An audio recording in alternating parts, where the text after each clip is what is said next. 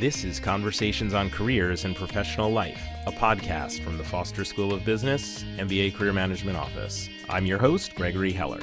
On each episode, I talk with guests from faculty and staff to students and business leaders about the skills and strategies that can help you design a professional life that you're happy with. On this episode, I speak with Rebecca Lovell. Rebecca holds an MBA from Foster. Since she graduated, her career has included roles with the City of Seattle Office of Economic Development, Geekwire, the Northwest Entrepreneurs Network, and Alliance of Angels. She teaches in the Technology Management MBA program at Foster and is a mentor for Techstars and the Female Founders Alliance. She's also a board director for the Washington Technology Industry Association and currently serves as the chair of the National Center for American Entrepreneurship. When Rebecca and I sat down for this conversation in late February of 2020, just as the threat of the coronavirus was beginning to become apparent, but before the pandemic was declared and so much in-person work went remote, she was the executive director of Create 33, a membership organization and founder center for high-growth technology entrepreneurs backed by the Madrona Venture Group. She has since been named the CEO of Denali Financial Consulting, which provides experienced strategic, financial, and operating leadership for growing companies. Because of the rapid shift to everything from home, this was a conversation that got stuck in my edit queue. Rebecca and I discussed her work at Create 33 along with other in-person activities, and I wasn't quite sure how much would be relevant amidst the pandemic shutdowns. As I worked on editing it, I realized that so much of Rebecca's insights and advice are valuable to anyone interested in the venture and startup ecosystem in Seattle. I did edit out some parts of the conversation that were no longer relevant. Rebecca and I talked about her experience in the MBA program, with the venture and startup community, and advice for students interested in pursuing a career that may involve working with startups. I hope you'll enjoy my conversation on careers and professional life with Rebecca Lovell. Rebecca was in the office today meeting with students for our Executive Office Hours program, and I managed to sneak onto her schedule for this conversation. Rebecca Lovell, welcome to Conversations on Careers and Professional Life. Gregory, thanks for having me. It's great to be here. Back on campus. You can't get rid of me. But not like a bad penny. We're happy to have you. So the way I'd love to start, because you have had this really interesting career, and it's touched on a lot of different facets of the startup community in Seattle. I'd love to ask you how you came to the role you're in now. Great. I will give props to my experience here at Foster. It was absolutely a career-changing and life-changing experience. I will also acknowledge that where I ended up today, and even in the last 15 years since I graduated, was not in my life plan. It's not why I came to grad school, but it was really through this experience I had at Foster, not just the classes. I have love for them. I'm a professor here myself, but really through the experiential learning and the amazing network that I got sort of nudged and shoved into entrepreneurship through participating in this program's venture capital investment competition, through which I got to meet real live entrepreneurs, evaluate business plans, literally meet the entire venture capital and investment community here in Seattle. And that's what propelled me into this career path, which, as you mentioned, there is sort of a through line here around supporting our region, supporting our innovators, creating jobs, being mission driven. That all came out of this experience at Foster back in 2006. At this point in the conversation, Rebecca and I were talking about Create 33 and some of their programming. But in January of 2021, Madrona put Create 33 on a pause, so we will rejoin our conversation talking about the Seattle venture capital ecosystem. So you mentioned Microsoft. Microsoft has its own sort of incubator or venture fund, the M12. M12, right. We have Madrona. There are some other names that come up in the Seattle area. And there's been a lot of press, I feel like, recently about how the venture community is maturing at a level here. People don't have to, or startups don't have to go and look beyond the Seattle area as much as they once did for venture funding. What do you think is sparking that kind of evolution or maturation? Yeah, in no, Seattle? and I might qualify that phenomenon just a little bit. I mean, we are so incredibly fortunate to have a host of angel investors, kind of super angels, small VCs, and VC firms that aren't just committed to startup, but are committed to our region. Madrona certainly is one, and getting into its 25th anniversary this year. I would point to Ignition and Mavrana and Voyager and others. There has been, even just as recently as 2018, some new funds on the horizon that are really exciting. Flying Fish, Unlock Capital, Pioneer Square Labs raised an $80 million fund. So that's kind of the, mini VC light, very early stage investors. And then there's others like Ascend VC, Curious Capital that are more kind of in the sea change, that are in the 10 million and earlier range. That's wonderful. Those are sources of committed capital that are taking the biggest risk at the earliest stage of our company, which is amazing for local entrepreneurs. All that said, we don't have the deep pockets of some other regions. When you look at the inflow of capital into startups, 2/3 of the deals and 3/4 of the dollars do come from outside of this region. Madrona is the largest fund. It's, 300 million is this fund size. We're talking compared to billions in the Valley and in New York.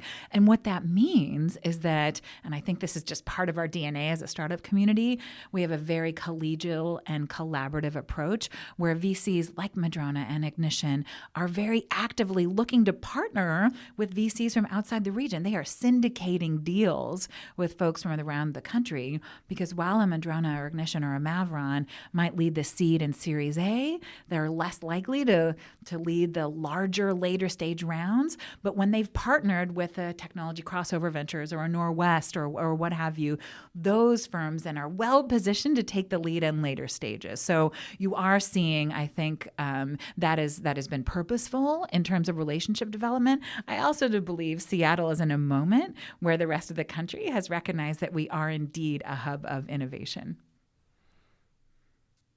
It's interesting, the idea of our local homegrown venture funds being almost like the scouts, finding these impressive startup companies that are growing up here. Absolutely. And kind of giving them, putting them on a stage, if you will, and giving a almost stamp of approval that helps others come in and have faith or confidence in making that next round of investments. And these funds are looking at hundreds of deals a year and doing tens of them, right? And so there is a pretty significant funnel and filter that's, that they're working year in, year out. I will say we also truly benefit from having accelerators like Techstars right here in our backyard. Granted, we're looking at about 20 companies a year that graduate from the Techstars class and the Amazon Alexa Accelerator powered by Techstars. Those have similarly gone through a vetting process where hundreds apply and only 10 make it. And so that's a wonderful funnel. I'd be remiss not to mention, again, one of my favorites, the Female Founder Alliance, Ready, Set, Raise cohort has just been in effect for a couple of years. But we have a lot of folks on the ground doing the work to source those deals across the country, whether, again, it's homegrown talent and ideas, or we're bringing in talent from elsewhere and supporting them with this ecosystem. I think all of the investment community benefits from that kind of energy and the commitment, not just of those organizations, but mentors who tend to be successful entrepreneurs themselves that didn't get there alone and want to give back and help the next generation of startups and unicorns make it to that phase of investment. And then there's also an interesting side of it, which is the more impact-focused side. Mm-hmm. So Fledge and social venture partners, right, and the role that they play in the exactly, and operating out of spaces like Impact Hall, formerly Impact Hub. And it's interesting. I think that there are a number of phenomena that contribute to that. Washington State was actually really a leader in establishing the B Corp, or social purpose corporation. So now there's literally a way to have sort of angel and VC style investment in companies that focus on a triple bottom line of doing well by doing doing good. And so we had some of the infrastructure around that. But I truly believe that that was heavily influenced by a wonderful tradition we have of philanthropy. Whether you're looking at the Bill and Melinda Gates Foundation or other family foundations that strictly have a social focus, there are committed investors and sources of capital that fuel, the opportunity to build a social purpose business here in Seattle.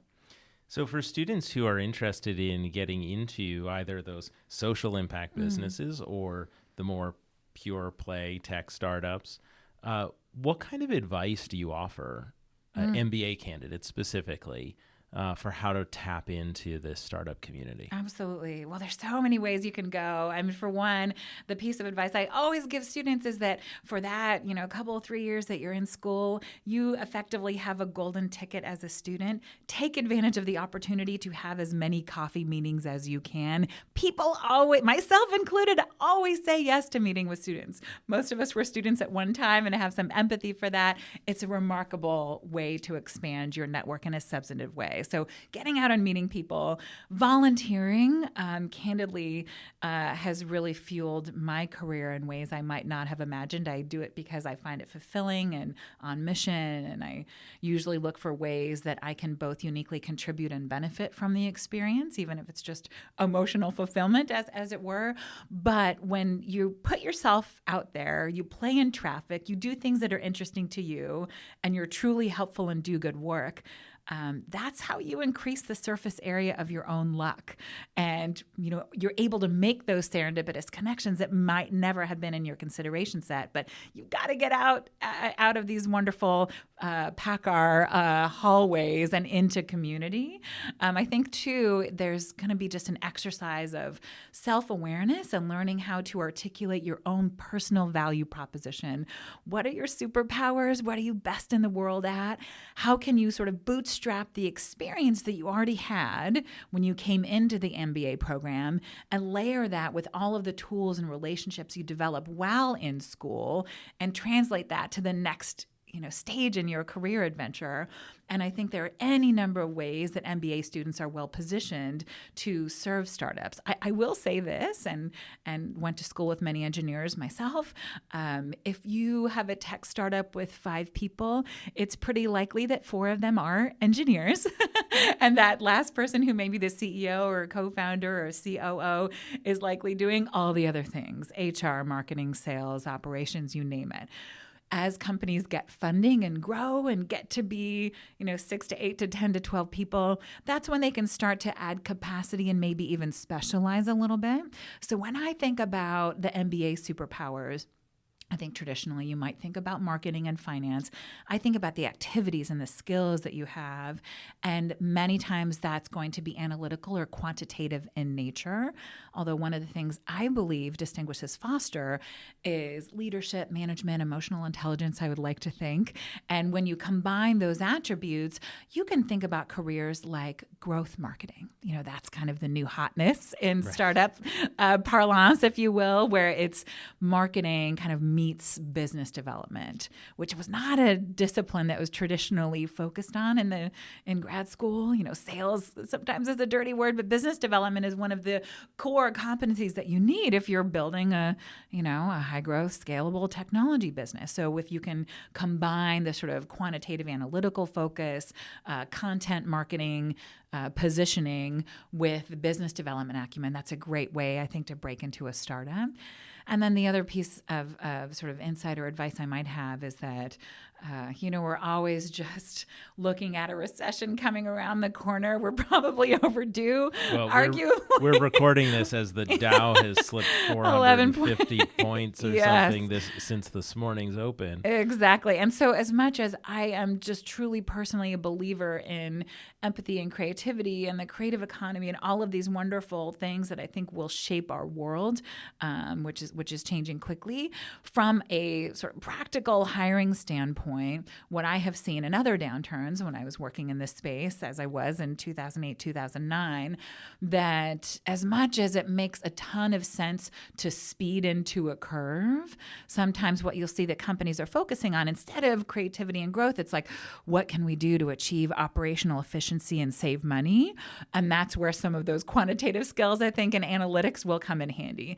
If you have operational excellence and can understand how to drive economies of scale and efficiency, that will serve you well as the economy may start to look a little different here. Yeah.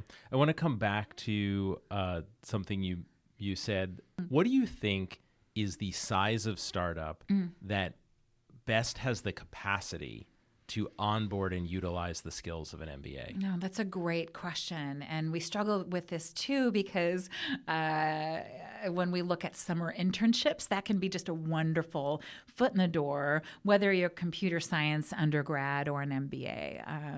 I think that we all love the idea of working with students, as I've mentioned before, but really small startups, and I say this with love in my heart, typically by the time they're making a hiring decision, they actually needed the thing done 3 or 6 months ago. When they hire you, they need it immediately.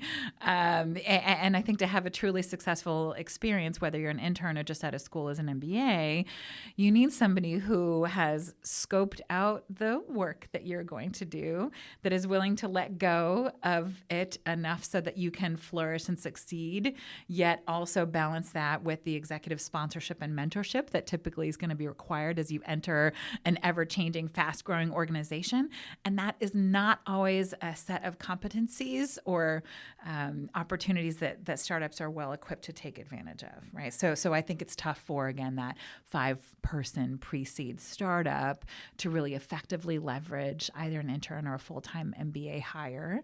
So I would tend to recommend that you keep an eye on news sources like Geekwire. We've already disclosed I have part ownership in that business, so let me share my bias there. But when you read about companies that have raised Series A funding or some seed round, in the $3 to $5 million range, that is likely when they're getting past the 4 engineers and a CEO into some specialization and functions. And I would keep an eye on kind of those funding rounds as a great opportunity and time to get your foot in the door. I'm a regular reader and sharer of Geekwire articles. Wonderful. And when students come to me with an interest in startups, I point them at the Geekwire 200. That's great. And I say, great advice. Look for the 60-person and up companies, ones that have raised money recently, because if they've raised money, that money is going to get converted into job positions. That's the number one use of proceeds, right? Yeah. That's typically what you expect to have happen. Yeah. Great. And so the other thing you mentioned is the timing, sort of the hiring cycle for a startup is very different than for our Fortune 100 tech firms in the area who can interview people in October and wait for them to start until the following June. At startups, it's more often just in time. Right? That's right. And just in time is actually a few weeks too late, probably. Indeed. So, and I think where it can be a struggle as a startup founder and rapidly growing team, where you're under all this pressure to acquire customers and fundraise and all the other things, you need hires, yet your time and attention will be pulled away to scaling your tech stack and closing that deal and raising that round. And so as much as you have realized you need it, and you need to move quickly, it takes some coaching and self-awareness to know I need to take a minute out of all these other 5 things and prioritize hiring. So word to the wise, yes, they need to move quickly. You won't experience the bureaucracy. I think the biggest challenge you're going to face is getting the time of the hiring manager who's probably doing 15 other things. You mentioned volunteering as a way to broaden your network. What are the kind of events or activities or organizations that an MBA student here at Foster could volunteer to be a part of? Absolutely. And I really did take advantage of even the opportunities within Foster itself. And one of the things that really spurred my career arc was not just that venture capital investment competition, but when I was here, I served as co-chair of the Challenge for Charity. And we were serving the Boys and Girls Club and Special Olympics, which, was consistent with my values and priorities.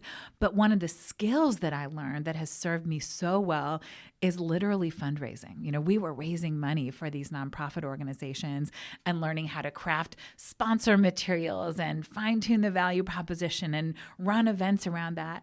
I can't tell you how well that has served me in leading nonprofit organizations and other mission-driven organizations where being able to sell and fundraise is just a life and a career skill that I'm so grateful to have. So that one was right at my doorstep, and I took advantage of that. Since then, in my career, certainly I have volunteered as a mentor for Techstars and Female Founder Alliance. But until you sort of have that life experience, right? So there's so many organizations you can get involved with that are fueled by please and thank yous. All of these grassroots meetup organizations. You show up to an event, and as an attendee, you might think it's just magical black box where somehow you have name tags and snacks and the speakers are prepped and, you just have this wonderful turnkey experience. That doesn't happen without volunteers. And there are great organizations I recommend like Founders Live and New Tech Seattle and Startup Grind, where literally go to meetup.com, put in Seattle Tech Startup. You will see events on the calendar, every 2 or 3 every single day and night of the week.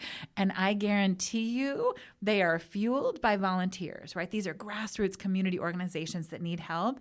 And, one of the things I love about Foster MBAs is that we don't have this sort of entitled MBA attitude, like, you're going to be pouring coffee and making name tags, but look at that as a way to meet some of the most interesting, committed, passionate people in this community. Make yourself useful, be helpful.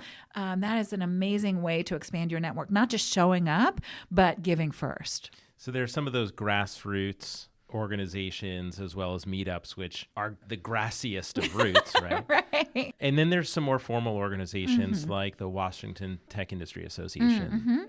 So I know that you recently just joined the board. What attracted you to that, and what are you excited about with that organization? Oh, thank you for asking. I have certainly been well aware of and partnered with the WTIA in many capacities. They're now in their 30th year or something like that. I have been, and the reason why I finally said yes to getting involved, because I have a pretty aggressive filter for the activities that I engage with. As I mentioned, I have to believe I can provide unique insight, get some unique value, that it's on mission for me.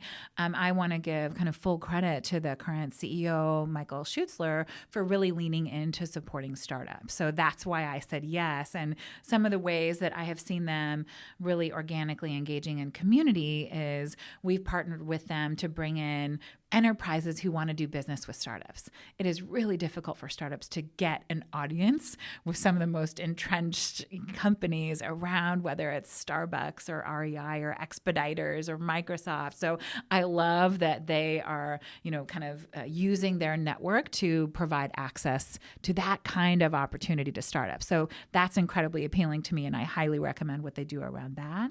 They have really been developing through local experts like Dave Parker, a sort of more of an accelerator program around a 6-month startup where they're kind of either right before or right after the Techstars phase of companies that are reaching product market fit, where they really get to enjoy mentor-driven programming. And there is that positive peer pressure that happens when you're in a cohort and there's a start and end date. It can be a great forcing function to your acceleration and development. So I love that they've introduced that to their programs over the last couple of years. And then one, too, that I am personally deeply excited about is my good friend Julie Pham has developed a program called Ion Collaborators, where she has noticed that there's a narrative here in Seattle, in our quickly changing city, that people in for-profit, nonprofit, and the public sector believe certain things about each other. And when we look at this world and all of the opportunities and pain points it's created in our community, it's hard to imagine that we're going to get through various crises without cross-sector collaboration with government and foundations and for-profit companies working together. And Julie has developed this program that actually the outcome of the program is developing and exercising the collaborative muscle, learning how these different types of entities can work together around solving civic problems, and just the sheer existence of that. And I think she's now 6 cohorts in.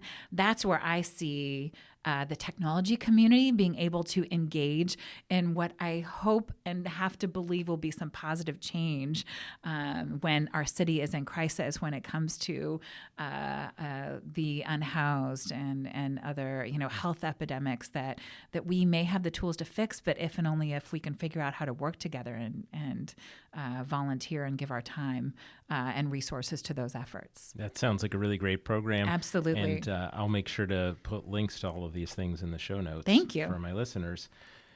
As we're coming into the end of our conversation, I want to circle back around to my primary audience here, MBA candidates who might be interested in startups. What would you say should be the filter set for a student who is looking for an internship or full-time opportunity in the startup community? So we talked about size as potential, the funding round. But if you were to say, if you want to work at a startup, here are some of the things you should look out for as you're assessing that startup and its ability to provide you with a good experience and for you to be able to add value to it. Right. And I think and that's a great question, even before you get to that phase of interviewing, ask yourself as you're going into the internship opportunity writ large, where do you want to be post-grad school 3 to 5 years out? And what do you need to bootstrap your career, right? Like, what do you have that you brought into the program? What are you getting out of the program that's going to give you that sort of next level qualification to get your foot in the door to the next place? And what is that next place going to give you that will experience. Right. Yeah. What experience are you missing that you can get through an internship that's going to enable you to become the startup founder and CEO or the public company CFO or whatever, wherever you see your career going? How can you bootstrap and leverage that experience? So that's kind of the gating factor to begin with. But then as you're thinking about interning or working with a startup, as much as they are interviewing you, you need to interview the team that is going to be hiring and managing you and making sure that you are set up for success. I think one of the first questions that I suggest that you ask is, what is the scope of work? If it is for a 3-month summer internship, you need to assess for yourself, like, are these things that I can reasonably accomplish in the next 3 months? Do I have enough detail about what success looks like? And do I have a hiring manager who, again, might be a C-level executive at that startup who is committed to my success and will provide enough mentorship, but enough freedom for me to succeed? And so interview them as much as they are interviewing you. I think that's some great advice. I think that I read an article, a LinkedIn post by one of our students, Randu, who I think was working with Techstars, and actually did some analytical analysis of successful startups based upon funding and how the founding team was instrumental, the experience of the founding team, the diversity of the founding team. So I think it speaks to that interviewing the interviewer, right? Absolutely. Turning the tables and really assessing, is this a team? Is this a person who can provide me with the kind of experience that I feel like I want to have? Spot on. So we've talked about Geekwire. We've talked about WTIA. Are there other events in the community, specific events beyond all the meetups that we've alluded to, that you recommend MBAs put on their radar? Well, I don't think your show is long enough to cover all of the amazing programs in this community. Where would you point? And where would you point people to Yes. who are really passionate and interested in this to find some of these marquee events, as well as other potential resources? So one of my personal favorites is called the F-Bomb Breakfast Club. And if you are a woman or non-binary person who's interested in entrepreneurship, I cannot recommend it enough. The only qualifications are you have to be willing and able to get yourself downtown at 7 a.m. on the first Friday of every month to participate, right? So I'm out for more than one reason. For a whole host of reasons. It is the most energized, supportive community that I've had the privilege of participating in, and can't say enough great things about Megan McNally and the group of women that she supports, and in turn support that organization. So that's amazing. I also have a lot of love in my heart for Founders Live. That was started by Nick Hughes and Claudius Memba, who now is part of Techstars, is really leading the charge in Seattle. But that is really the first time that an entrepreneur is making their pitch to the world and doing it in 99 seconds. And again, just the energy and support that you get in that room can either help you validate or invalidate your hypothesis. And frankly, both outcomes are equally helpful as you're considering making the plunge into startups. So that's another one that is a favorite. I mentioned some of the others earlier around New Tech Northwest, like New Tech Seattle, Startup Grind, and some of the other ones, but those two I'd love to highlight. One last question before we wrap up here. Is there one thing that you wish you could go back and tell yourself when you are getting your MBA, knowing what you know now, years later, that the advice that you'd give to yourself as a first or second year MBA? Wow. So I was a little further in my career. I think I dragged up the median age of my class by a little bit. And so maybe had some of these insights coming into the program, but for some of my younger prospective MBAs, I would absolutely recommend, play in traffic, put yourself out there as much as possible. One of the things that I did and frankly could have done more of is, my first year, I literally signed up for every club and paid all the dues once just because I wasn't sure what was going to resonate with me. There were some I wish I spent more time in. I found myself leaning in more to the challenge for charity and making time for that. I also had a couple of paid jobs just to make my life work the first year in grad school. So the extent that you're able to just try all the things. You don't know what's going to stick and work until you do experiment. And so, like entrepreneurs do, you have a working hypothesis, but your job is to go out and validate and invalidate that hypothesis as much as possible, and creating your own luck by just getting involved in things that might even be outside of your consideration set, allowing your friends to nudge your friends to get out of their comfort zone.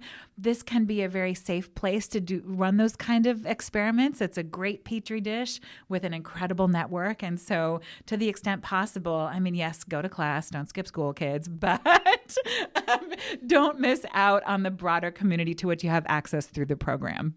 I think that's some great advice. We often tell students, get off campus. Yes. There's a lot going on in Seattle. The gravitational pull of these buildings can be strong, but there's a lot out there beyond the walls.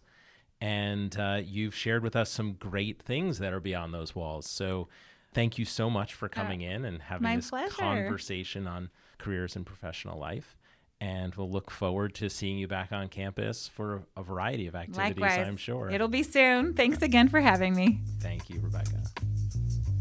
Rebecca shared so much great advice for students looking to engage with startups in Seattle. As we've heard so many of my guests say before, coffee meetings are critical to building your network. And while we may still be a few months away from resuming in-person meetings, our students are having plenty of luck connecting with people over video conference for these informational interviews. Volunteering and getting involved in events that cater to the startup community, from conferences to meetups to case competitions and business plan competitions, many being held virtually because of the pandemic, is a great way to meet and connect with people in the startup community. Thinking about the right time in a startup's life to engage with the company. For many tech startups, most of their hires are going to be on the engineering team until they get some seed or Series A funding and have a headcount that crossed into the double digits. And that hiring is likely to be just in time rather than having a long lead time. We also talked about how to assess startups as a prospective intern or employee, the importance of considering the type and quality of experience you'll get, along with the executive mentorship opportunities. So you'll want to interview the company as much as they're interviewing you. As always, you can check the show notes at conversationsoncareers.com for links to the organizations and events that Rebecca and I discussed. Thank you for listening to another episode of Conversations on Careers and Professional Life. I'd love to hear what you think about the podcast. You can email me at gheller@uw.edu. And if you've enjoyed this episode, please share it with a friend or classmate.